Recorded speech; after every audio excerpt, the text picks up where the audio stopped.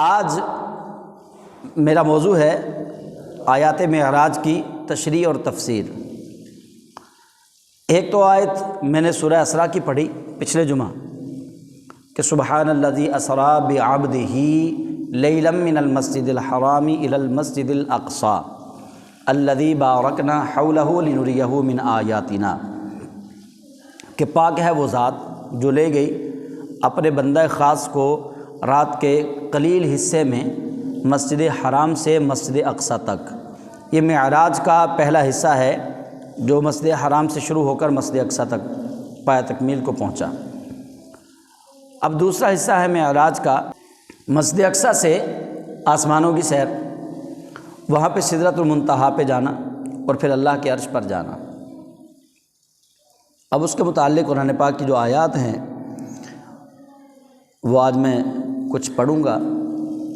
کچھ دوست فیس بک پہ بھی آیات کا حوالہ مانگتے رہتے ہیں، ان کے لیے بھی یہ دلیل ہے کہ وہ آج کی جو یہ آیات کی میں تشریح کروں گا ان کو سمجھنے کی کوشش کریں، اور میں سمجھانے کی کوشش کر رہا ہوں۔ اللہ تعالیٰ ارشاد فرماتا ہے بسم اللہ الرحمن الرحیم والنجم اذا ہوا، روشن ستارے کی قسم جب وہ زمین کی طرف اترا، ما ضل صاحبکم وما غوا، تمہارے آقا محمد صلی اللہ علیہ وآلہ وسلم نہ کبھی سیدھے راستے سے گم ہوئے ہیں اور نہ کبھی راہ راست کے بغیر چلے ہیں۔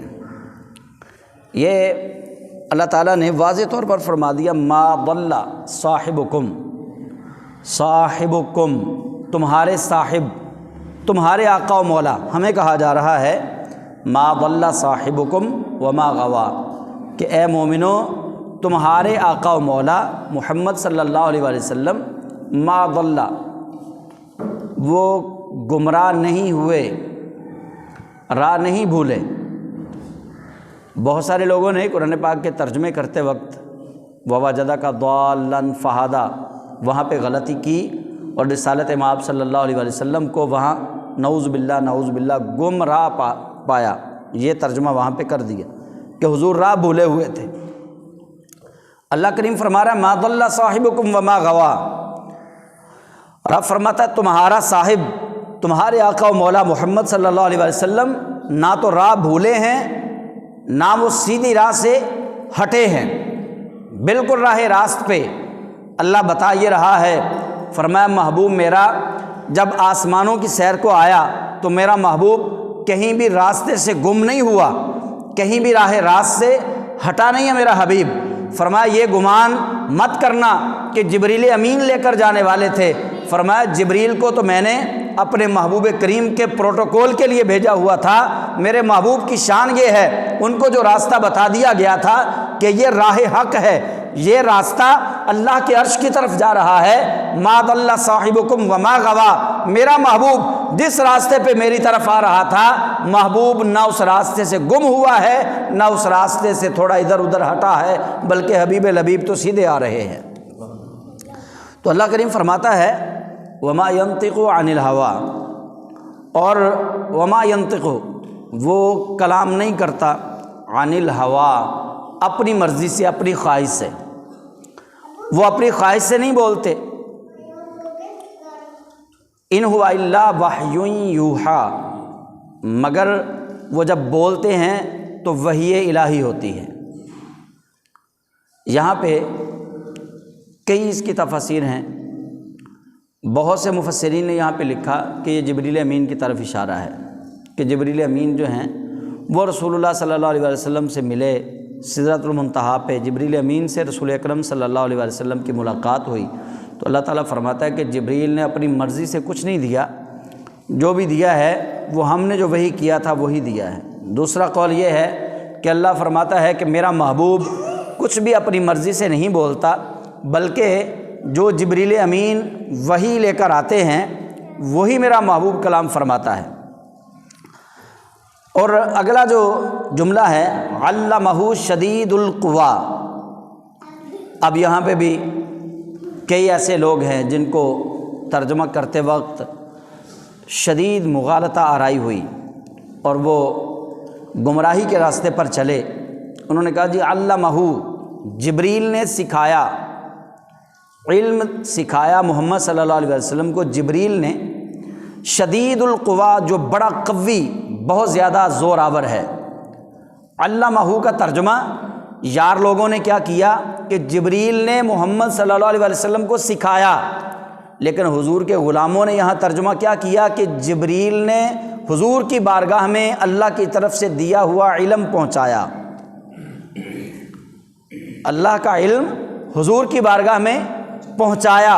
سکھانے میں اور پہنچانے میں بڑا فرق ہے۔ رب نے اگر سکھانا ہی تھا محبوب کو جبریل امین کے ذریعے، پھر الرحمن علم القرآن کیوں کہا؟ پھر وعلمک ما لم تکن تعلم کیوں کہا؟ پھر رب قدوس نے اقرا اپنے محبوب سے ڈائریکٹ کیوں کہا؟ اور فرمایا الذی علم بالقلم، وہ رب وہ ہے جس نے قلم کے ذریعے علم سکھا دیا۔ پھر یہ کیوں کہا؟ اگر سکھانا جبریل امین کے ذریعے تھا تو پھر رب قدوس یہ آیتیں کبھی ارشاد نہ فرماتا جبریل امین کو اللہ وحدہ لا شریک نے سکھانے کے لیے نہیں رکھا، بلکہ جبریل کو رب نے پیغام پہنچانے کے لیے رکھا ہے۔ جبریل امین کا منصب کیا ہے؟ وحی الہی کو اللہ کے انبیاء اور رسول تک پہنچانا۔ تو جبریل امین وہی پہنچانے کے لیے آتے ہیں، انبیاء و مرسلین کو سکھانے کے لیے نہیں آتے۔ جو سکھاتا ہے وہ استاد ہوتا ہے، اور جو استاد ہوتا ہے پھر وہ نبی کے نہ تو تلوے چومتا ہے نہ نبی کے آگے سجدہ ریز ہوتا ہے۔ جبکہ روایات موجود ہے کہ جبریل امین، اور قرآن اس بات پر شاہد ہے کہ جبریل امین نے جناب آدم علیہ السلام کو سجدہ بھی کیا اور ان پر وحی بھی لے کر آتے رہے۔ اور احادیث موجود ہے کہ جبریل امین رسالت مآب علیہ السلام کی بارگاہ ناز میں پہنچے، معراج کی شب آپ کے مبارک تلووں کو بوسہ دیا۔ تو جو استاد ہوتا ہے، جو سکھانے والا ہوتا ہے، اس کی قدر و منزلت اللہ کریم نے تو اتنی بڑھائی ہے کہ رب قدوس جل جلالہ پھر استاد کو کسی کے سامنے سجدہ ریز نہیں کرتا۔ اللہ وحدہ لا شریک نے جبریل امین کو پیغام پہنچانے کے لیے رکھا ہے۔ علمہ شدید القوا، وہ جو قوی ہے، وہ جو طاقتور ہے، اس نے محبوب کریم علیہ السلام کو اللہ کا علم پہنچایا۔ اور آگے اللہ تعالیٰ فرماتا ہے ذو مرۃ فاستویٰ، اور پھر اللہ نے استوا فرمایا۔ یہ استوا کی آگے کئی تفسیر ہے، لیکن اعلیٰ حضرت امام محمد رضا رحمۃ اللہ علیہ انہوں نے اس کا نہایت ہی محتاط ترجمہ کیا ہے۔ قرآن پاک میں آیت ہے الرحمن علی العرش استویٰ، رحمان اپنے عرش پر اپنی شان کے مطابق رحمان نے استوا فرمایا۔ اعلیٰ حضرت نے اس لفظ کو چھیڑا نہیں ہے۔ اگر اس کے معنی کیے جائیں تو بڑے معنی ہے کہ بیٹھا، تشریف فرما ہوا، بلکہ کئی لوگوں کو تو اتنی غلط فہمی ہوئی کہ انہوں نے اللہ تعالیٰ کے لیے بڑے نازیبا الفاظ بھی لکھ دیے کہ اللہ تعالیٰ جب کرسی پر بیٹھتا ہے، اپنے عرش پر کرسی پر جب اللہ بیٹھتا ہے تو رب کی کرسی چیں چیں کرتی ہے۔ یہاں تک بھی انہوں نے غلط تشریحات اس کی پھر تو اعلیٰ حضرت نے انتہائی محتاط ترجمہ کیا۔ کیا ترجمہ ہے؟ آپ فرماتے ہیں الرحمن علی العرش استویٰ، رحمان اپنے عرش پر اپنی شان کے مطابق مستوی ہوا، اپنی شان کے مطابق اللہ استوا فرماتا ہے۔ تو یہاں بھی یہ ہے کہ ذو مرۃ فاستویٰ، پھر اللہ نے استوا فرمایا، وہو بالافق الاعلیٰ، اس وقت وہ جبریل آسمان کے سب سے اونچے کنارے پر تھے۔ اب یہاں پہ وہوا جو ہوا ضمیر ہے، یہاں نبی کریم صلی اللہ علیہ وسلم بھی مراد لیے گئے اور جبریل امین بھی اس سے مراد لیے گئے کہ وہوا بالافق الاعلیٰ، وہ افق پہ تھے، اوپر والے کنارے پر۔ اور جبریل امین بھی یہاں سے مراد لیے گئے کہ نبی کریم صلی اللہ علیہ وسلم کی ملاقات جو ہے وہ جبریل امین سے ہوئی۔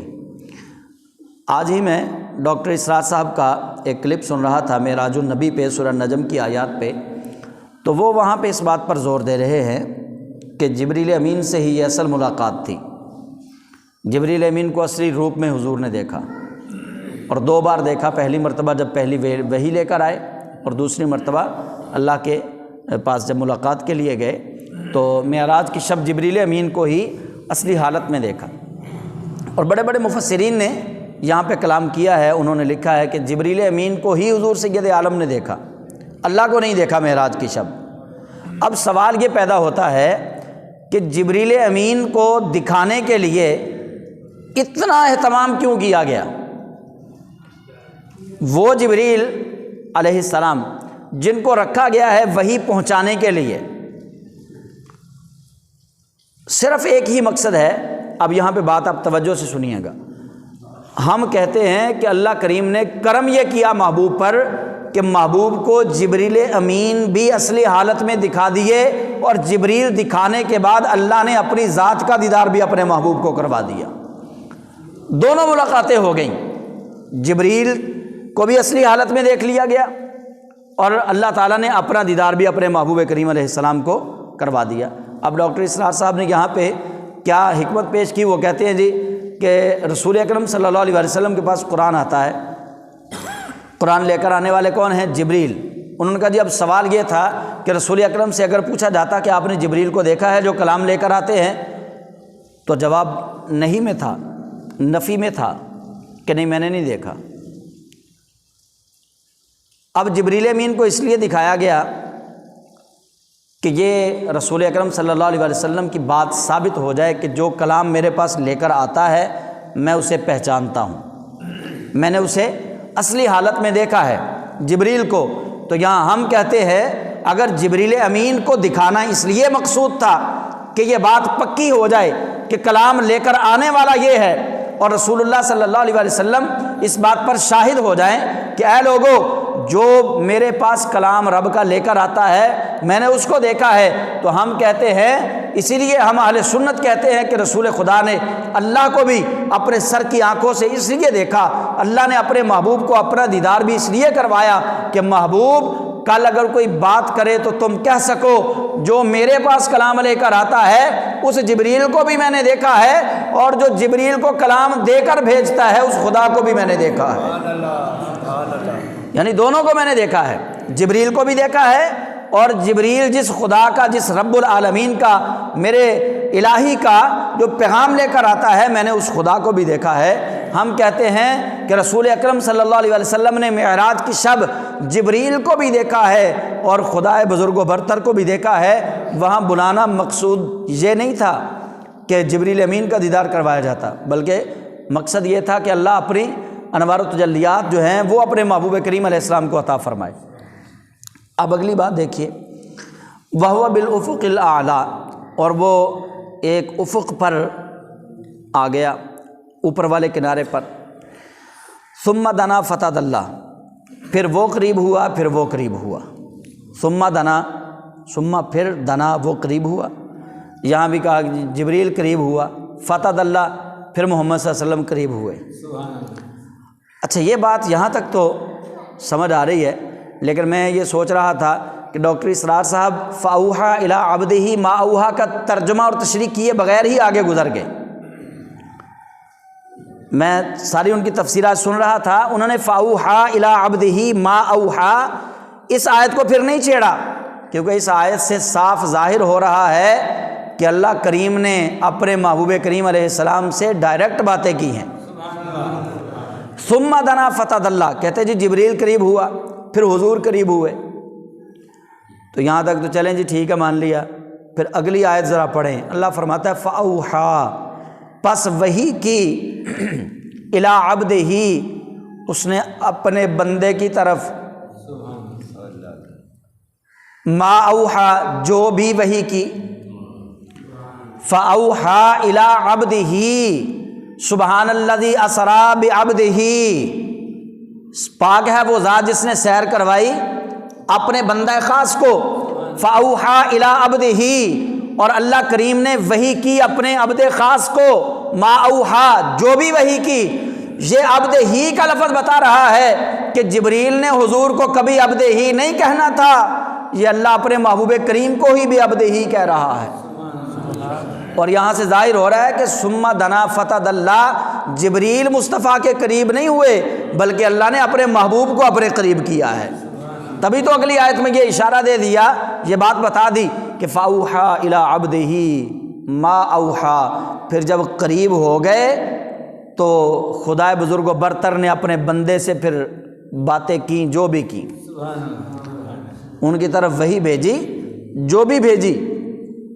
تو یہ فاوحا الی عبدہ جو ہے یہ اس بات کی طرف اشارہ کر رہا ہے کہ ثم دنا فتدلی، حضور اور جبریل قریب قریب نہیں ہوئے۔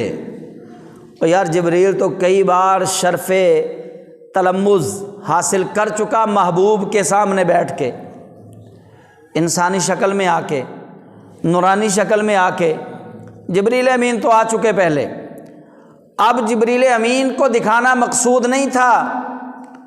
اگر بقول تمہارے جبریل امین کو دکھانا ہی مقصود تھا اور جبریل سے ملاقات کروانا ہی مقصود تھی تو مجھے بتائیے پھر اللہ بزرگ و برتر نے جبریل امین کو اپنے سدرۃ المنتہا پہ کیوں رکھا ہے؟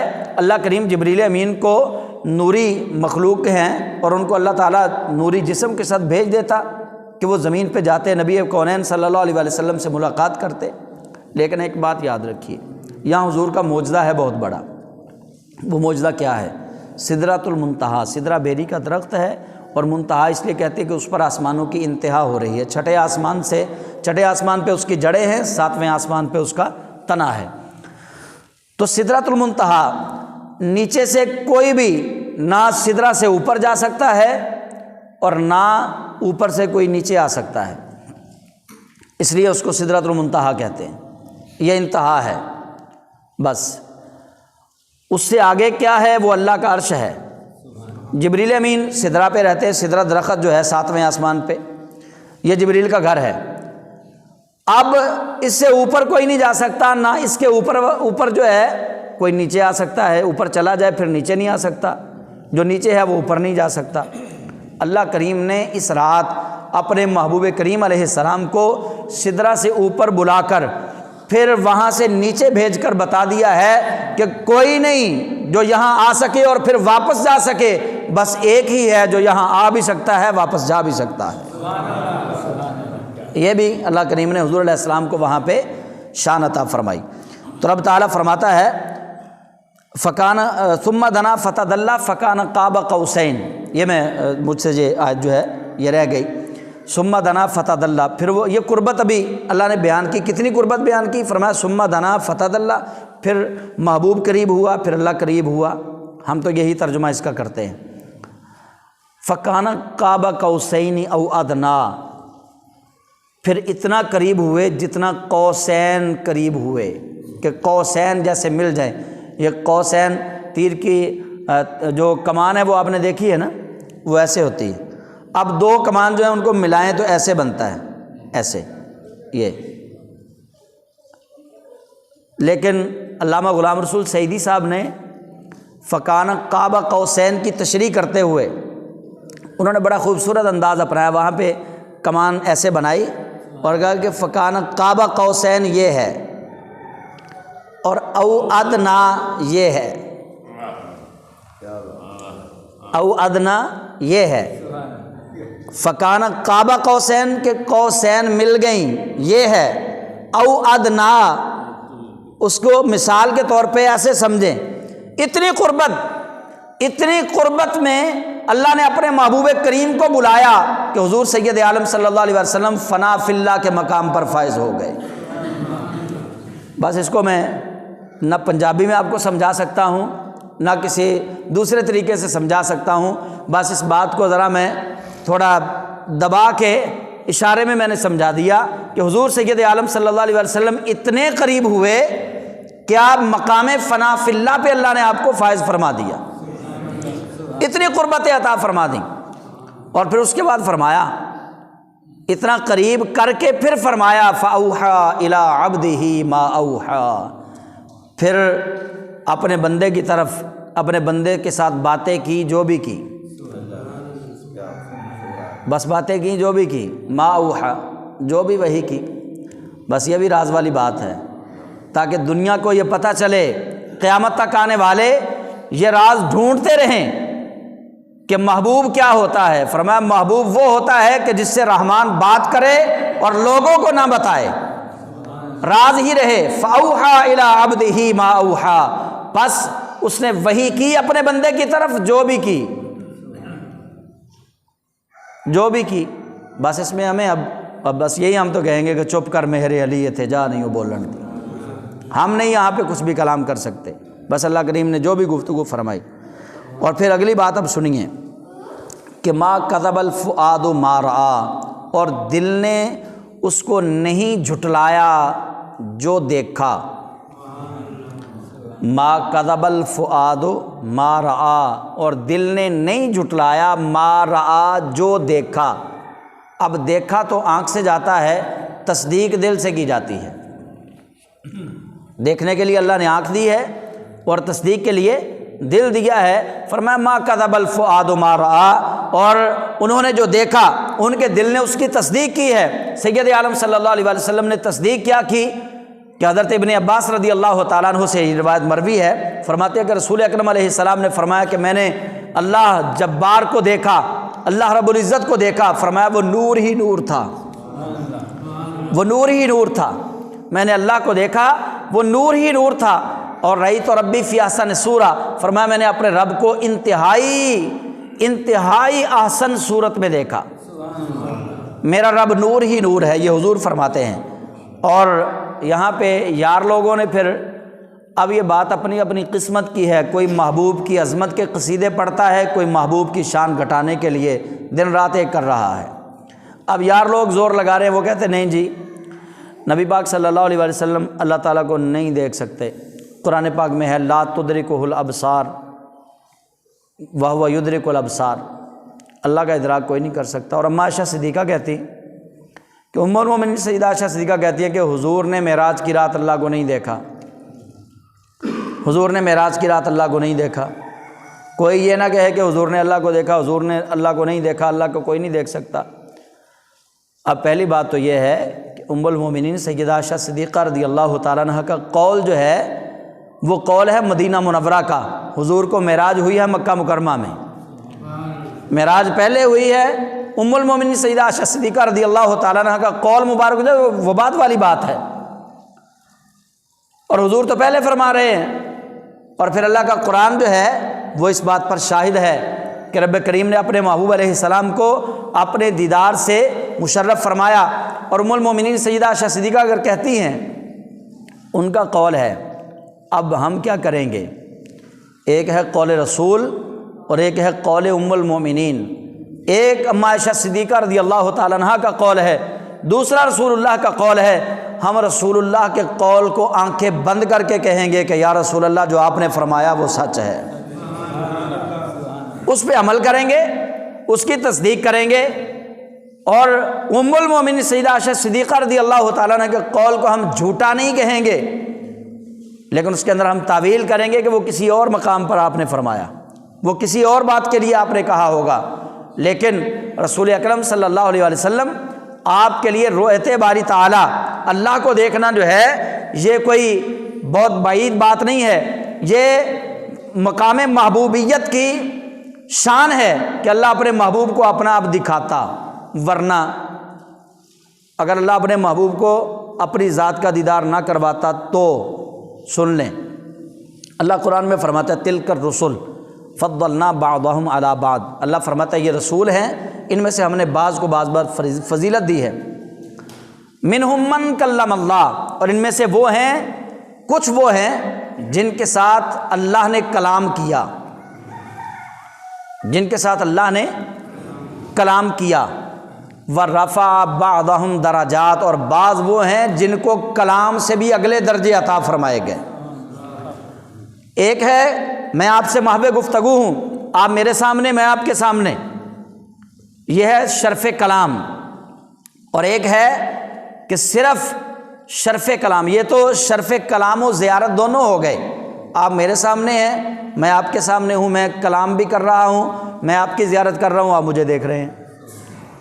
ٹھیک ہے، ایک ہے یہ کلام، اور ایک ہے وہ کلام جو جناب موسیٰ کلیم اللہ علیہ السلام کوہ طور پر بیٹھ کر اللہ کریم سے کلام تو فرماتے تھے لیکن رب العزت کو دیکھتے نہیں تھے.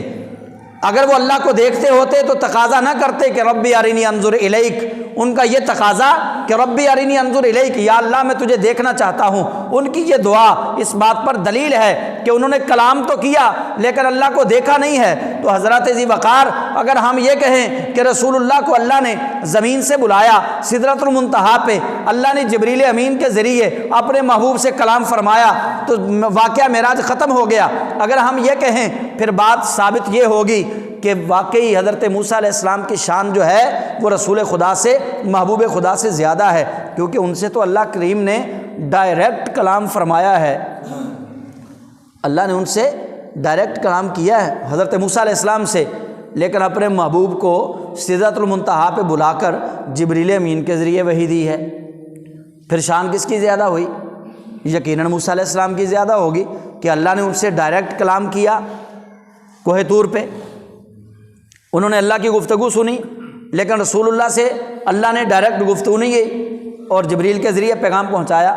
تو یہاں تو پھر شان موسیٰ علیہ السلام کی ثابت ہوگی، ہمارے نبی کی شان کیسے ثابت ہوگی؟ ہمارے نبی کا مقام عرفہ والا کیسے ثابت ہوگا؟ ہمارے نبی پاک صلی اللہ علیہ وسلم کا مقام عرفہ والا تبھی ثابت ہوگا جب ہم یہ کہیں گے اور ڈنکے کی چوٹ پہ کہیں گے، قرآن کی دلیل کو سامنے رکھ کے کہیں گے، حضور کے فرمان کو سامنے رکھ کے کہیں گے کہ وہ بنی اسرائیل کے جناب موسیٰ کلیم اللہ ہے جو کوہ طور پر رب سے صرف کلام کرتے ہیں، اللہ کا دیدار نہیں کرتے، وہ جناب موسیٰ ہیں، اور یہ محبوب خدا محمد مصطفیٰ ہیں جن کو رب اپنے عرش پہ بلاتا ہے، اللہ کلام بھی فرماتا ہے، اپنا دیدار بھی عطا فرماتا ہے۔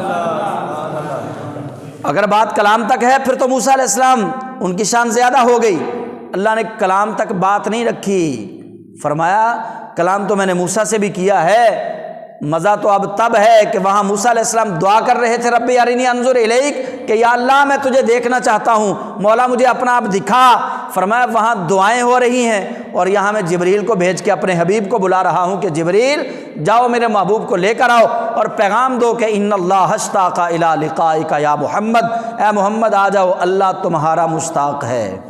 تو واقعہ معراج جو ہے وہ رسول اکرم صلی اللہ علیہ وآلہ وسلم آپ کی شان، عزت، رفت، بلندی کی طرف اشارہ بھی ہے اور حضور کی امت کی شان اور رفت کی طرف اشارہ بھی ہے، کیونکہ یہ قیامت تک کے لیے جواب ہے۔ اب جو بھی آئے، جتنی مرضی اونچی پرواز کرے، جتنی مرضی اونچی اڑان اڑے، لیکن وہ اللہ کے محبوب کریم صلی اللہ علیہ وسلم کے قدموں کے نیچے رہے گا۔ اللہ نے اپنے محبوب کو اپنے عرش پہ بلا کر ان کے قدم وہاں لگوا کے اللہ کریم نے پوری کائنات کو یہ پیغام دیا ہے، فرمایا جتنا مرضی اونچا آ جاؤ، رہنا محمد کے قدموں تلے ہی پڑے گا۔